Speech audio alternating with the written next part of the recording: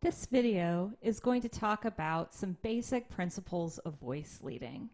I refer you to the Principles of Voice Leading guide I've posted on Moodle. If you take a look at Figure 1, here I have summarized all of the most important principles we'll want to keep in mind when we are realizing progressions in four voices, SATB. A few of these principles we've already covered in the previous video, such as principles A and B. We have learned that to have well-voiced chords, we never want to have more than an octave between soprano and alto, or more than an octave between tenor and alto.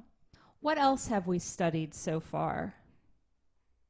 If we look in the next section, M is a very important principle, to prefer contrary or oblique motion when it's possible between outer voices. It won't always be the best solution, but if there's a way to do it that makes sense, what contrary and oblique motion do is help us to prevent creating parallel octaves and fifths, which we want to avoid.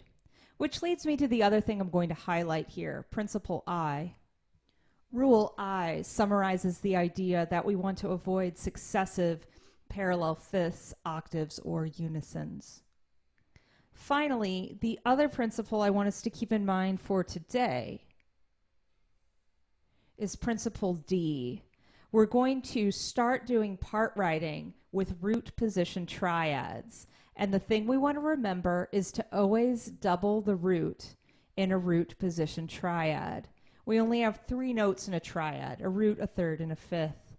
But we have 4 parts, soprano, alto, tenor, bass. So in a root position triad, the bass will have the root, but then another voice should also have the root. Okay, and I've got one more I want to go over with you, Principle H. Favor same note or stepwise motion whenever possible. The reason why we want to do this is to keep each melody part, each linear melodic line, as smooth as possible. If it leaps all the time, that's going to make it harder to perform and jumpier sounding. So we want nice, smooth connections, and same note or stepwise motion will help us to achieve this goal. Sometimes we will find that these principles are in conflict with one another. For example, in particular, Principle M and Principle H will occasionally seem to butt heads, as it were. So sometimes when you use contrary motion to avoid parallel octaves or fifths, that will require another part to move by a third rather than by step.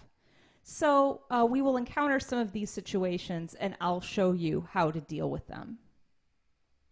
Now, all these principles can seem really overwhelming, but I wanted to make sure you have them all in one place so that you can use it as a reference throughout the rest of this module as we develop our skills in doing part writing and voice leading. To get us started, I would like to walk you through a part writing realization. I'll show you my method, and I will encourage you to do the same on the exercises I've asked you to do on Moodle. Let's take a look. So the first thing you want to do, step 1, is when you're given a series of Roman numerals and a blank staff, we are going to be realizing these progressions in 4 parts, soprano, alto, tenor, bass. And I like to start with the bass line, because that is going to be fixed based on the Roman numeral and figured bass that we are given. This first example uses only root position chords, because that's what we're going to start with. So what I like to do is, realizing we have root position chords, I'm going to be writing the chord roots as the bass line. So I might choose to do something like this. The 4 chord in the key of D minor, scale degree 4 is G. Great. All the 1 chords are going to be Ds.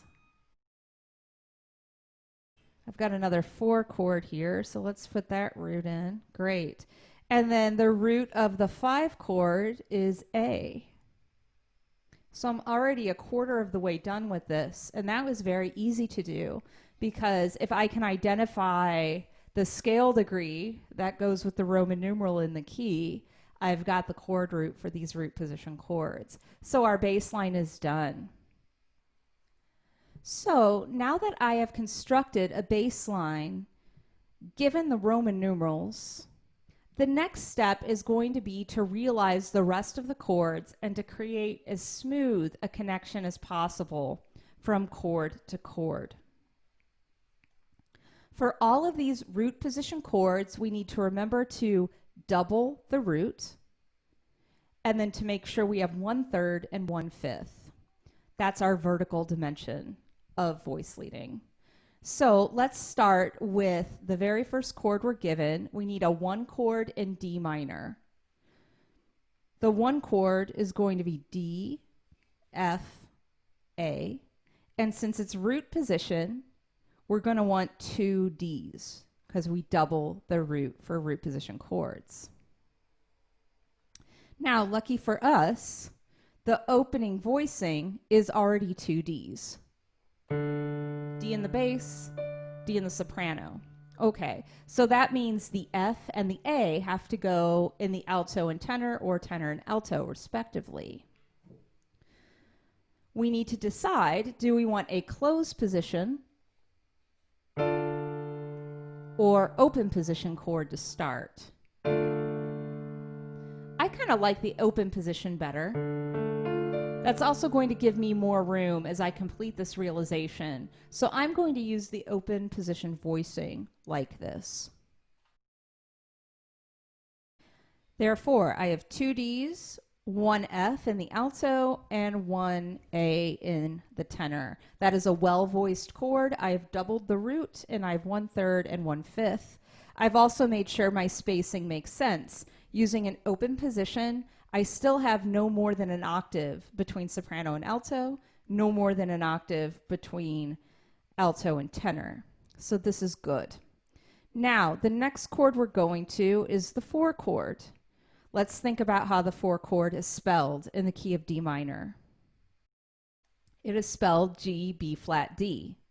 I know I need to have 2 Gs because G is the root of the chord, and this is a root position triad. One of the G's is already taken care of in the bass. Now we need to think, I wonder what other parts could have G in it. That would be a nice, smooth connection.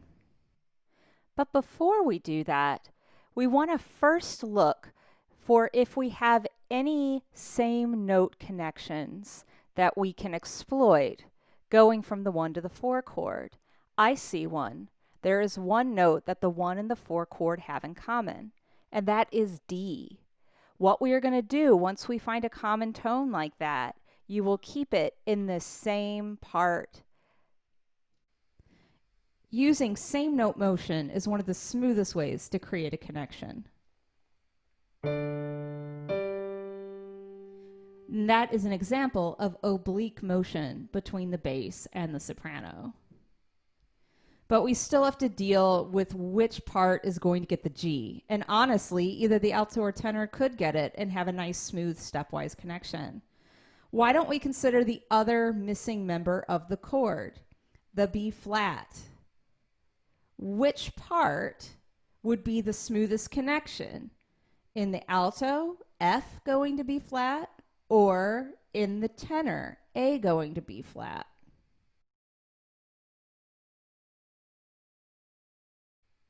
Your answer should be A going to B flat, because that's by step. If F went to B flat, that would be a leap of a 4th or a 5th. And we don't want that. We want either same note or stepwise motion whenever possible. And if there is a leap, we want it to be a small leap, like a 3rd. So that means that we'll put the G in the alto part. Boom, like that. Notice we have 2 roots in the bass and the alto, and then our 3rd is in the tenor, and our fifth is in the soprano. Let's listen to that connection.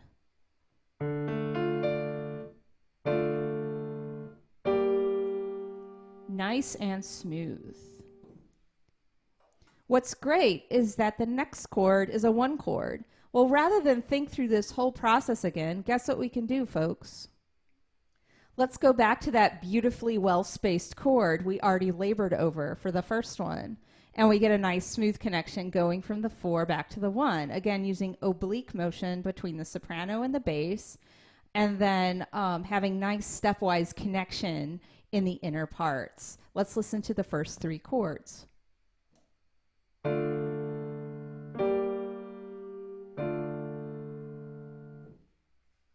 Excellent. So the next chord we have not yet spelled in this key. We need the 5 chord in D minor. The root is A. Let's think a stack of thirds. A, C, E. But what quality is the 5 chord? I see a big Roman numeral here. It should be major. This is the case where we need to think what's the leading tone in the key, and we raise it because we're using harmonic minor here. So we will need to add in a C sharp when it occurs. Now back to the matter at hand. We need 2 A's, a C sharp, and an E. We already have 1 A in the bass part.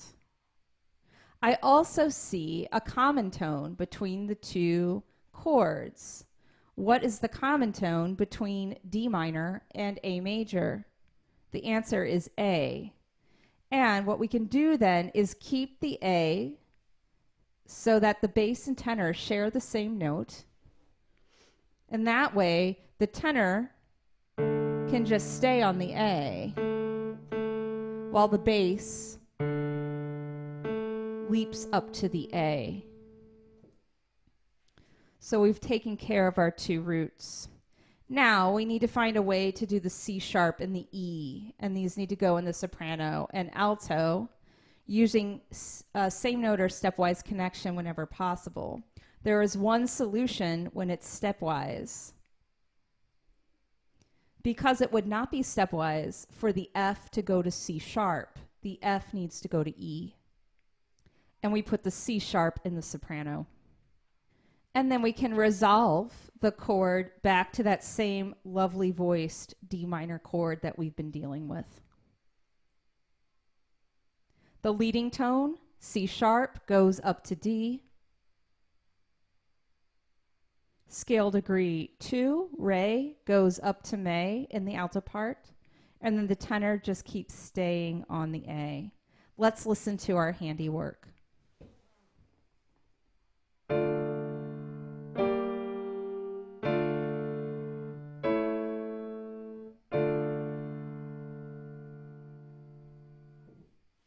As we proceed on to the next chord, you'll notice it's going from a 1 to a 4, using a voicing we've already used previously.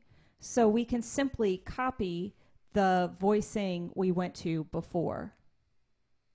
We keep the common tone in the soprano, the F goes up to G, and the A goes up to B flat. Now, we do need to make a connection from 4 to 5, which we have not yet done. This is going to be an example where if we don't use contrary motion, we will get parallel octaves or fifths. So we're going to need to use contrary motion connecting the 4 to the 5 chord. Something to note is that whenever you have successive chords whose roots are related by step, in this example, G to A, you have to use contrary motion in order to avoid parallel octaves or fifths. With this in mind, we're going to bring the soprano down to C sharp.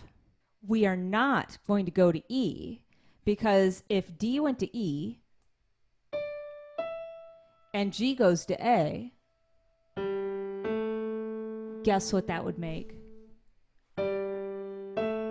Parallel fifths. We do not want that. So instead, we create that contrary motion between outer voices. So the D must move to the C sharp.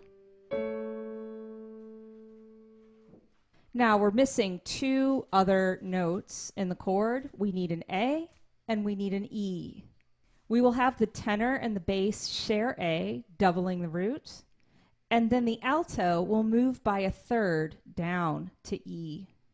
You might be wondering, well, why can't the alto go up by step to A? That would be a stepwise motion. Well, guess what would happen? The alto goes up, the bass goes up, and you would have successive parallel octaves, which we also want to avoid. So the best way to realize these two chords in succession is to use contrary motion and have a small leap of a third to avoid those parallel octaves and fifths. And to finish the exercise, we will resolve the 5-to-1 as we did previously.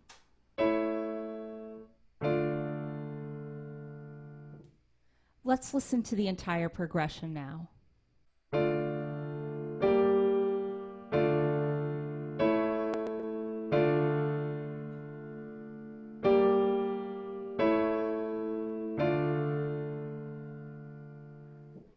Here are the takeaways. Remember to double the root in root position triads. Remember to prefer same note or stepwise motion whenever possible. And remember to try to prefer contrary or oblique motion whenever you can between the outer parts.